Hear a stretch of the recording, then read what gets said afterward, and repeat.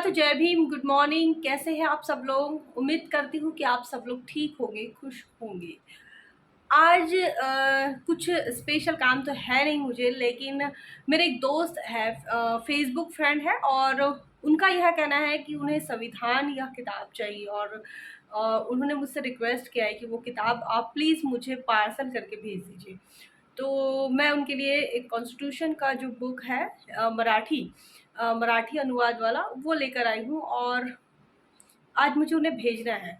लेकिन ऐसा है कि बाहर जाना बहुत मुश्किल है, क्योंकि कुरियर करना पड़ेगा। तो इसके लिए अब मुझे वेट करना पड़ेगा, या तो बिट्टू आएगा, या तो पराग आएगा, या हितेश आएगा। क्योंकि संदीप का ऑफिस का टाइम जो है वो बहुत ठीक नहीं है। मतलब वो सुबह 10 बजे जाएंगे और फिर शाम को 6 बजे तक आएंगे। तब तक तो है जो है कुरियर सर्विस बंद हो जाएगी। तो दोस्तों, ये जो दिख रहा है ये है भारत का संविधान, और ये मराठी अनुवाद में है, और अब हम इसे मेरे दोस्त के लिए कुरियर करने वाले हैं।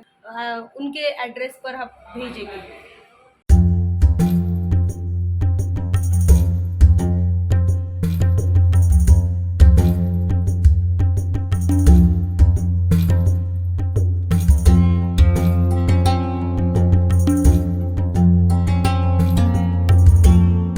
Ajuli ding ding.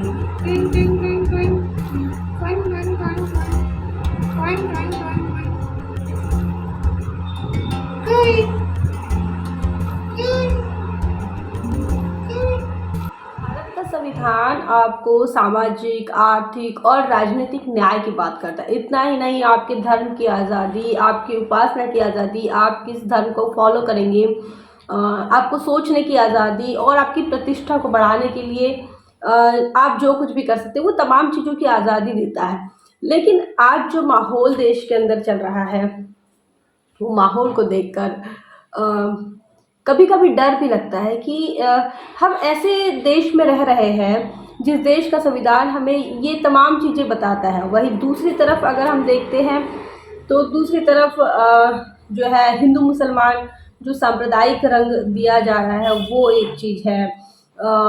Nupur Sharma की बयानबाजी, फिर बाहर के देशों की उसके ऊपर प्रतिक्रिया, उसके बाद फिर इस देश के लोगों की प्रतिक्रिया, इस देश के मुस्लिम समाज के लोगों की प्रतिक्रिया, फिर उदयपुर में जो हुआ, तो ये सारी जो चीज़ें हैं बहुत मुश्किल में डालती है। और यकीन मानिए, आपको लग रहा होगा कि इससे मतलब ऐसा लग सकता है आपको कि इससे देश का मुसलमान जो है वो खतरे में है, या फिर ये लग सकता है कि जो नॉन हिंदू है वो खतरे में है। लेकिन ऐसा कुछ नहीं है, मैं आपको बता दूं, देश खतरे में है एक्चुअली, और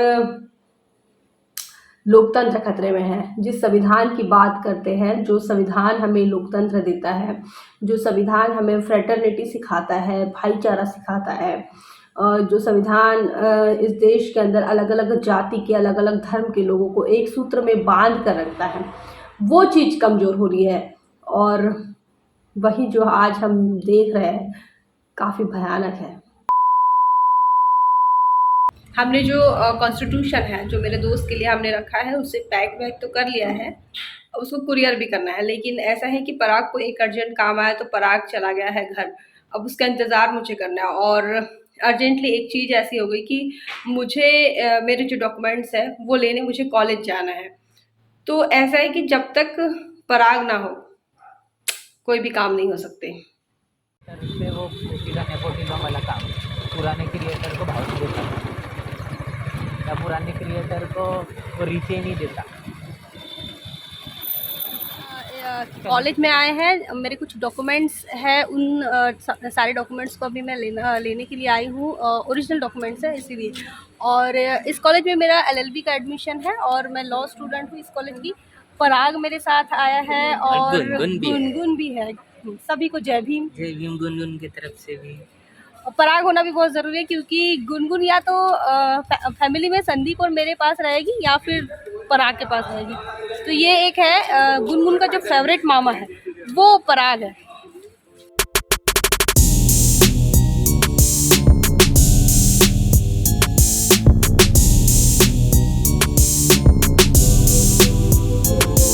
कमाल की बात यह है कि मैं लॉ स्टूडेंट हूँ और अभी तक मैंने सिर्फ एक ही बार एग्ज़ाम दी है फर्स्ट ईयर का, और उसके बाद हमने बिल्कुल भी एग्ज़ाम नहीं दिए हैं।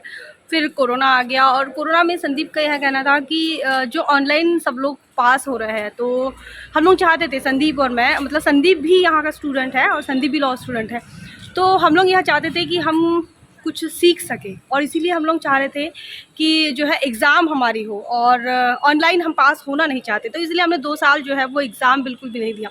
इसके बाद से अब जो है हम लोग शायद कंटिन्यू करें, बता नहीं सकते हैं क्योंकि अभी तो गुनगुन बहुत छोटी है, तो 4 महीने की है, तो पढ़ाई करना बहुत मुश्किल हो जाता है। साथ में चैनल रन करना, द थिंग को चलाना, सारी चीज़ें बहुत हौच-पौच हो रही है। फिर भी हम लोग ट्राई करेंगे क्योंकि एजुकेशन जो है वो हमेशा लगातार चलते रहना चाहिए।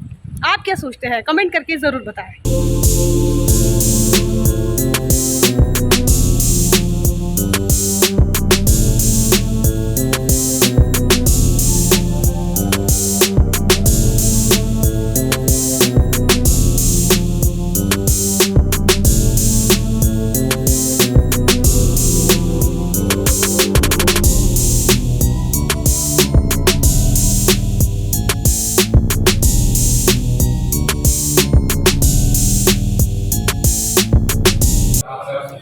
डॉक्टर पंजाबराव देशमुख को जानते हैं कि तुम?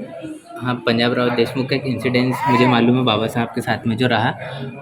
और बाबा साहब को वो कहते हैं कि संविधान लिखते समय कि ओबीसी के लिए ज़रूर कुछ लिखिएगा, और बाबा साहब उस समय बोलते हैं कि ओबीसी समाज के महापुरुषों का इतना ज़्यादा योगदान मेरी ज़िंदगी में है, तो उनके लिए तो मैं लिखूँगा, और उसके उसी हिसाब से बाबा साहब ने 340 कलम सबसे पहले ओबीसी के लिए लिखे।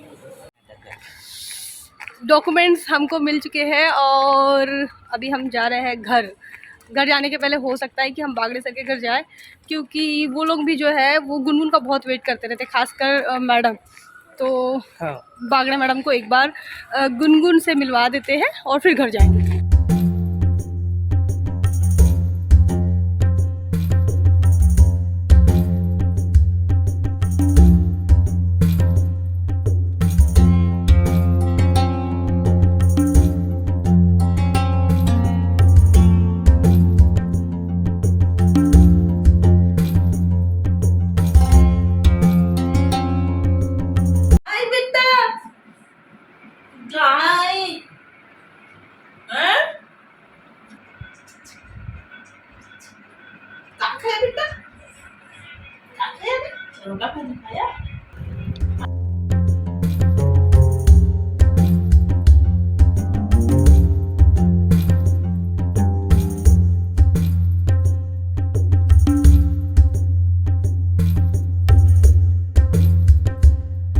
A few moments later.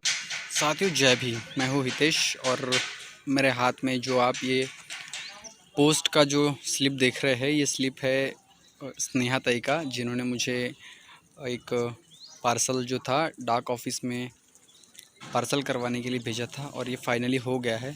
I think ये कल शाम तक के अपने डेस्टिनेशन पर पहुंच जाएगा। तो ताई आप चिंता मत कीजिए, आपका काम मैंने कर दिया।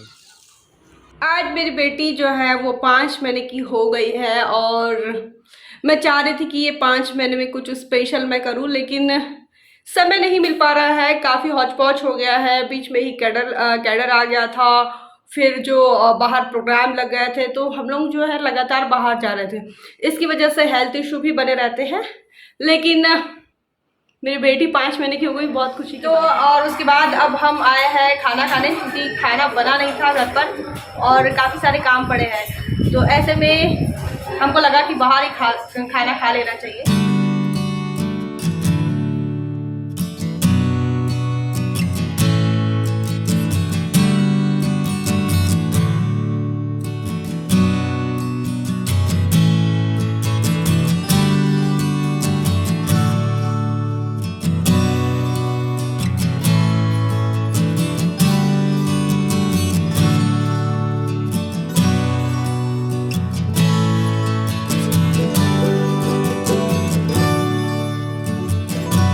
अभी हम पहुंच चुके हैं घर और गुनगुन सो गई है, और हितेश ने भी जो है कॉन्स्टिट्यूशन का जो पार्सल था वो भेज दिया है, और उसने वीडियो भी बनाया है, तो वो भी मैं ब्लॉग में डाल रही हूँ।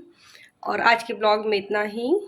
संविधान को लेकर आप क्या सोचते हैं, साथ ही देश में जो हालात चल रहे हैं उसको लेकर आप क्या सोचते हैं, कमेंट करके ज़रूर बताएं। और देखते रहे हमारा ब्लॉग। मिलते हैं अगले ब्लॉग में, तब तक के लिए जय भीम, जय भारत।